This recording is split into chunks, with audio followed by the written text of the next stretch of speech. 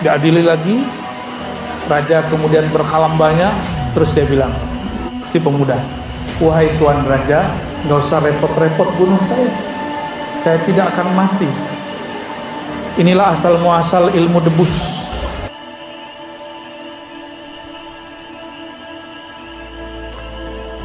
Ini tema kita apa? Khasiat basmalah, keagungan bismillah. Saya kurang agung untuk membicarakan bismillah yang sangat agung.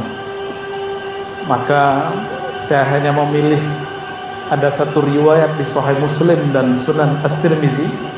Di Sahih Muslim di bagian bab Az-Zuhdu war-Raqaiq ada di situ bab kecil qissatul ashabil ukhdud, kisah orang yang menggali parit. Jadi dulu sebelum Nabi Muhammad SAW ada seorang raja, penasehatnya penyihir. Jadi ternyata sudah jadi tabiat para pemimpin punya backup baik dari kalangan militer, ekonom, tapi juga punya penasehat dari kalangan ahli spiritual. Tapi ahli spiritual dia seorang penyihir. Seorang penyihir. Beda dengan Zulkarnain. Dia punya penasehat Nabi Allah Khidir. Beda dengan Nabi Sulaiman. Dia punya penasehat, punya tim yang kemudian memindahkan istana Bilqis cukup dengan Ismul A'zam, nama Allah juga, Bismillah juga, tapi Bismillah pakai apa gitu.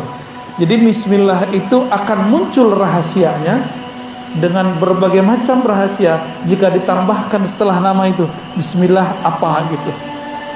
Untuk jaga diri Bismillahirrahmanirrahim yadurru ma'asmi syai'un fil ardi wala fis sama. Untuk meruqyah Bismillahi urqiq. Untuk makan Bismillah aja cukup. Mau tambah Allah mabarik lana boleh. Itu mau makan. Kalau Buya dulu abis akad nikah, bismillahnya gimana Buya? Ada bismillahnya? Ada, beda bismillahnya. Apa enggak Bu? Bismillahirrahmanirrahim. Tuh. Buya enggak apal. Lupa. Pura-pura lupa. Biar akad lagi katanya. Kalau mau nyembelih, bismillahnya?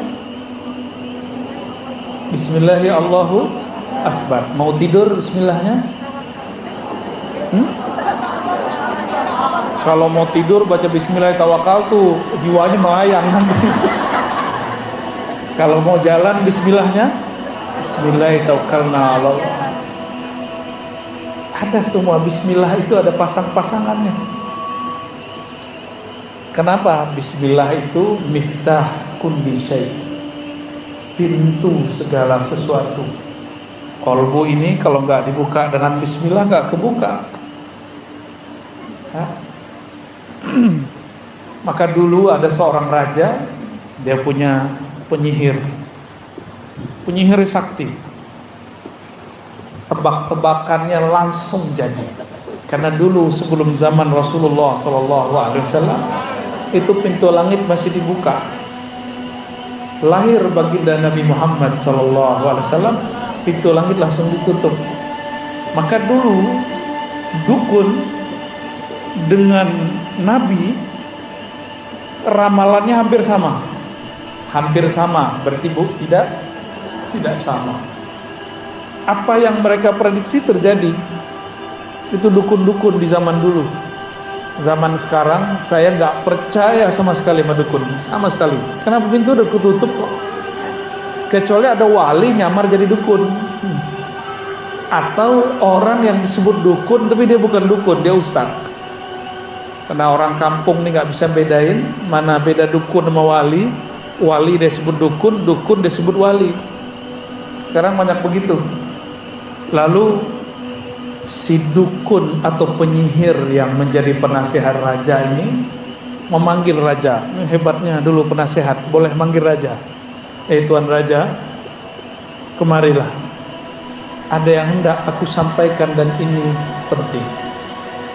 Akhirnya Tuan Raja datang. Wahai guruku, dia anggap dia sebagai Tuan Raja. Tubuhku sudah menua. Ternyata si penyihir ini sudah tua. Aku khawatir ilmuku nanti tidak ada yang mewarisi. Lalu aku mati, tidak ada yang mengawalmu, tidak ada yang menasihatimu. Lalu kata si raja, carikanlah, kata si penyihir ini, pewaris untukku anak muda yang berbakat. Maka dia buatlah sayembara, cari pemuda yang berbakat. Dari sekian banyak pemuda, ada satu pemuda yang sangat unik, terpilih menjadi orang yang akan belajar mewarisi ilmu penyihir. Jadi ilmu sihir itu bisa diwariskan. Sebagaimana ilmu baca kitab bisa diwariskan, ilmu zikir bisa diwariskan. Walhasil, anak muda ini berangkatlah dari rumahnya, minta pamit kepada ibunya. Jadi berangkat pagi, pulang sore, pagi, pulang sore. Begitulah terus. Sampai di tengah jalan ternyata ada seorang kekasih Allah manggil dia.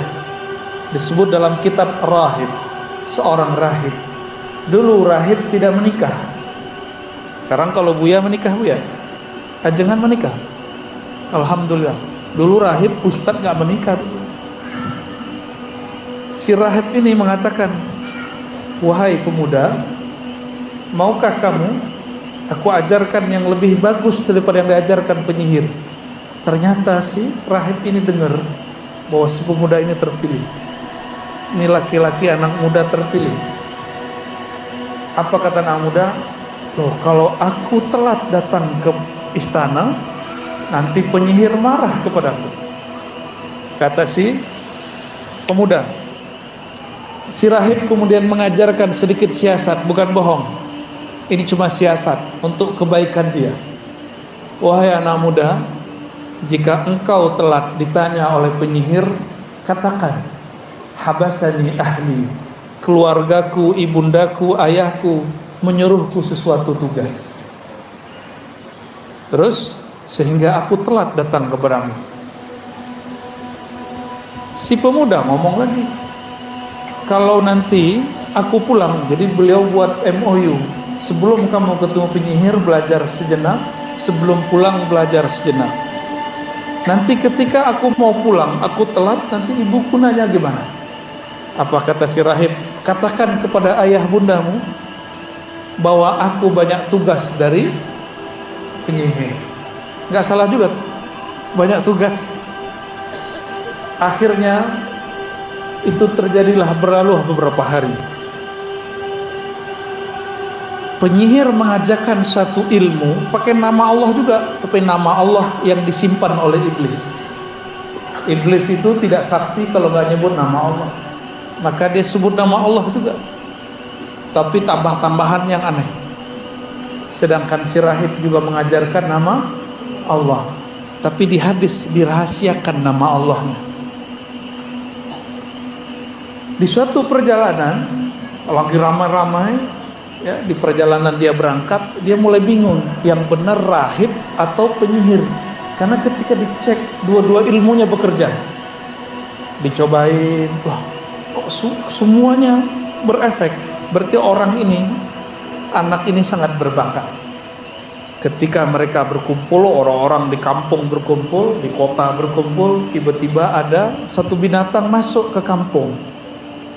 Dia lagi bergumam, mikirin, guruku penyihir, guruku rahib, ikut siapa? Sampai pusing kepala dia.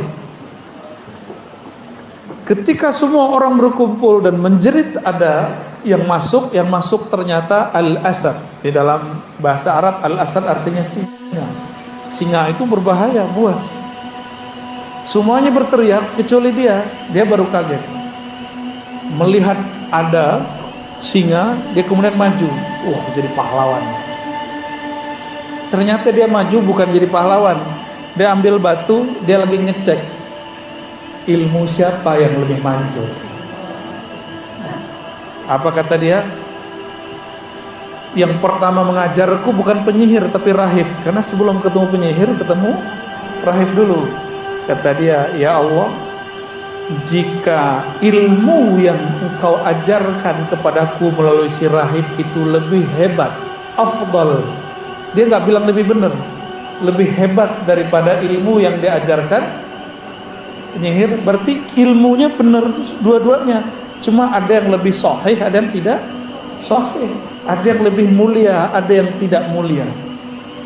Maka dengan batu ini ya Allah, matikanlah singa yang mengganggu penduduk. Dia ambil, dia baca doa bismillah yang diajarkan oleh si rahib. Bismillah ada tambahannya, cuma sayang bismillahnya apa nggak disebut. Jadi ini nggak bisa diajarkan ke Bapak Ibu, ke Buya ya, ke ajengan. Cuma ini rahasia, saya nggak boleh ajarkan. Ada sir yang sudah menyebutkan, itu dirahasiakan. Karena nanti efeknya bahaya. Nanti ada orang asik nanti berubah jadi dukun.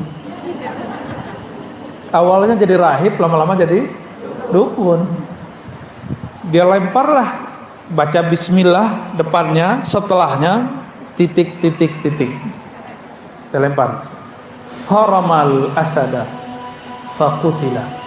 Lalu dia melempar batu kepada singa. Singanya kena, nggak tahu. Belum kena barangkali, sudah jatuh duluan singa. Itu bahasa singanya sudah jatuh. Sebenarnya bukan batunya yang mujarab, bismillahnya yang mujarab. Mati singanya, kaget ya. Semua penduduk tadi melihat, oh bukan penyihir, bukan pula rahib, tapi anak muda yang dia terpilih. Melihat seperti itu, besok dia mau berangkat, datang lagi ke rahib, setelah ke rahib berangkat ke di perjalanan, gosip menyebar, ada anak muda sakti, punya guru, satu master kegelapan, satu master cahaya. Berarti dia yin yang ya. Anak muda ini didatangilah oleh orang-orang. Ada yang bawa anaknya penyakit kulit, ada yang buta, ada yang lumpuh, dibawa semua. Dia cuma usap bismillah, bismillah. Ada yang bismillah diludahi. Ada yang nggak sempat pergi dulu, saya mau jalan. Pegang doang sembuh. Ramailah pasien si anak muda, tapi dia tidak minta tarif. Cuma orang mengatakan, kamu sembuhkan anak saya kasih hadiah. Kayalah dia. Kabar ini sampai kepada raja. Raja senang awalnya. Sepertinya murid penyihir sudah sukses melewati gurunya sang penyihir. Kayak cerita Harry Potter ya. Beda. Ini ceritanya di Najran. Cerita ini pernah terjadi di Najran, masih di daerah Jazirah Arab. Dipanggillah oleh raja, dikirlah oleh raja, si pemuda ini mengamalkan zikir yang diajarkan, bacaan mantra yang diajarkan oleh penyihir. Ternyata tidak. Saya pernah belajar, saya kira orang itu ahli zikir, ternyata penyihir. Yang diajarkan zikir aja kan. Tapi semenjak saat itu, detik itu saya mengamalkan, tahu-tahu kuntilanak mendekat. Ternyata orang ini punya piaraan kuntilanak. Dia kalau ada hajatan, dia panggil kuntilanak. Sengaja bikin rusuh. Nanti supaya orang takzim ke dia usir kuntilanak. Ya anak buahnya. Semenjak saat itu, saya jadi penakut. Padahal dulu tinggal dekat kuburan. Tidur pun di belakang rumah saya kuburan. Gak ada takut. Tapi selama 2 minggu itu seakan-akan jin bertengger di pohon, kayak ada di atas semuanya. Ternyata orang-orang belajar ilmu kebatinan kepada ahli-ahli spiritual yang tidak mengajarkan tauhid dengan benar, jadi penakut. Jadi dukun itu orang paling penakut. Penakutnya bukan main. Tapi anak muda ini nggak penakut. Diadili oleh raja, diuji ini dan itu, beres semua. Akhirnya ditanya, ilmu siapa yang kamu amalkan? Dia bilang, bukan ilmu penyihir. Saya belajar ini dari seseorang. Tapi dulu punya MOU dengan si rahib, kamu jangan kasih tahu siapa aku. Tapi karena dia dipaksa, maka dikasih tahu. Aku diajarkan oleh seorang rahib. Ternyata si rahib ini sudah tua juga. Dulu kawan daripada penyihir. Penyihirnya, karirnya, Masya Allah. Tapi dia punya kegelapan di dalam jiwanya. Sedangkan si rahib, dia tidak mencari popularitas, tapi doanya mustajab. Karena si pemuda ini banyak orang yang sembuh olehnya, maka orang-orang mengikuti dia. Orang lebih takzim kepadanya daripada raja. Ketika dia mengatakan yang mengajarku seseorang tapi bukan penyihir, dicari tahu, ketemulah si rahib. Si rahib diadili lalu digergaji. Tahu dari gergaji? Pernah kena suntik. Ada yang ahli suntik nih, anaknya buah hajah bisa nyuntik dia, aulia. Disuntik aja sakit ya, kegores sedikit sakit. Ini digergaji. Ternyata sebelum anak muda ini diadili, dia sudah dipanggil oleh sang rahib. Kata sang rahib, wahai Ananda, engkau telah mencapai yang aku belum pernah mencapainya. Engkau diberikan kehebatan yang mana aku belum pernah mempraktekkannya. Ternyata si rahib ini gak pernah praktek ngobatin orang, gak pernah ngambil batu terus ngelempar singa mati singanya. Dia cuma mengamalkan itu untuk dirinya dan dirinya tenang. Hanya untuk itu. Lalu kata sang rahib, barangkali ini akhir pertemuan kita. Benar. Setelah itu dia digergaji, dibuang. Si pemuda ini karena sakti, rajanya takut. Panggil jenderal-jenderal semua, buang si pemuda sakti ini ke bawah jurang. Dibawa ke tebing, tebingnya paling curam, dilempar. Dilemparnya sore, besok pagi udah duduk di samping raja. Raja stres ngeliatnya. Salah siapa ya? Akhirnya dipanggil lagi angkatan laut. Jenderal angkatan laut, sini. Ini anak muda, kamu kerjain. Bawa nanti di borgol sampai di tengah laut, lepaskan dia. Dengan borgol-borgolnya jangan dilepasin. Diceburin masuk ke laut, gak dibantu. Sang Laksamana pulang. Tapi Laksamana sampai di istana, di pintu istana ada dia lagi stres juga jenderalnya. Dibawa lagi ke raja. Anehnya, ini pemuda nggak lari. Ini hebatnya ini pemuda, nggak lari. Dia punya target. Dia ingin mengalahkan Tuhannya sang raja. Ingin kemudian mempermalukan raja dengan semua kejahilannya, supaya umat kemudian tahu siapa dia. Walhasil dia diadili lagi.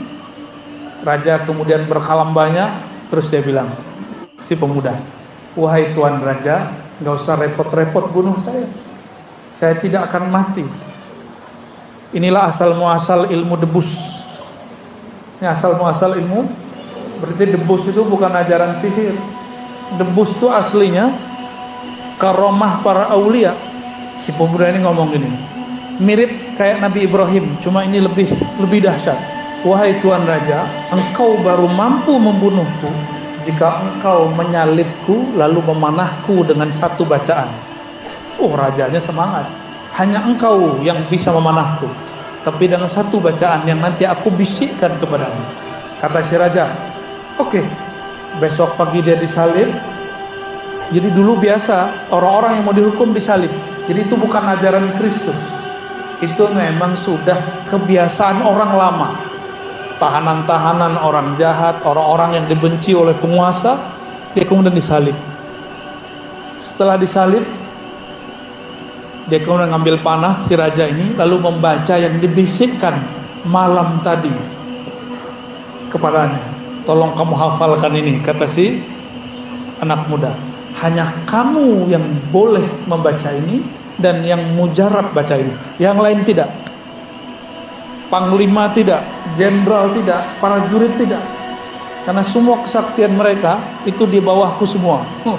Lebih sakti daripada panglima nih. Maka dia ambil panah yang paling bagus, diarahkan ke jantung si pemuda. Dia bacalah. Si pemuda mensyaratkan kamu membacanya dengan keras sehingga terdengar oleh semua yang hadir. Dia bacalah, Bismillahi Rabbi hazal ghulam. Ada yang tahu artinya? Selain Buya dan Ajengan.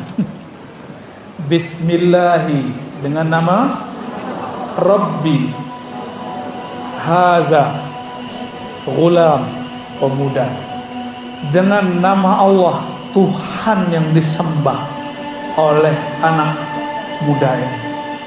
Melesat kena tubuhnya berisikan nama Allah. Tidak akan tembus kecuali panahnya diisi dengan kalimatullah. Tembus, benar-benar tembus, dan dia mati. Disitulah kemudian datang Perdana Menterinya. Wahai Tuan Raja, engkau telah dikalahkan 3 kali lipat. Maksudnya apa? Pertama, engkau dikalahkan dengan kalahnya penyihir, kalahnya si singa. Yang kedua, engkau kalah karena banyak orang sembuh oleh si pemuda. Yang ketiga, engkau kalah, engkau telah membaca nama yang disembah oleh. Itu semua yang hadir langsung bertobat kepada Allah, bersyahadat dan mengatakan, kami bersaksi menyembah Tuhan yang disembah oleh pemuda ini. Itulah semuanya bergetar di tempat itu. Apa sikap raja? Sang raja udah tahu kebenaran tapi dia masih tolak. Itulah sombong. Sombong itu ciri-cirinya tahu kebenaran dia tolak. Gengsi. Sudah lama dia jadi Tuhan. Apa dia katakan? Semua algojo disuruh gali parit. Siapa saja yang tidak mau kembali menyembahku, maka akan dikubur hidup-hidup. Itulah yang diceritakan dalam surat Al-Ukhdud itu. Qutila ashabul ukhdud, tentang parit. Itu kejadiannya. Dan di masa Sayyidina Umar dapat kabar dari gubernurnya di daerah Najran bahwa di situ ada kuburan. Si pemuda tadi dikubur biasa, sedangkan si raja nggak tahu, ya, matinya nggak jelas. Tangan si pemuda ini nggak pernah hancur. Betul, jantungnya tertusuk tapi badannya tidak pernah hancur. Bumi sayang kepadanya. Tangannya ketika digali keluar masih utuh dan berdarah segar. Diusut-usut ketemulah siapa nama orangnya, ya. Maka Bapak Ibu yang mengasihi Allah, jika begitu orang dulu yakinnya baca bismillah, lalu kenapa kalau kita baca bismillah enggak ada efeknya? Karena membacanya baru di lisan, belum di qalbu. Sedangkan si pemuda ini ujiannya berat. Satu gurunya rahib, satu gurunya penyihir. Tapi dia praktek langsung. Dia kemudian uji coba. Nah, kita ini kurang uji coba.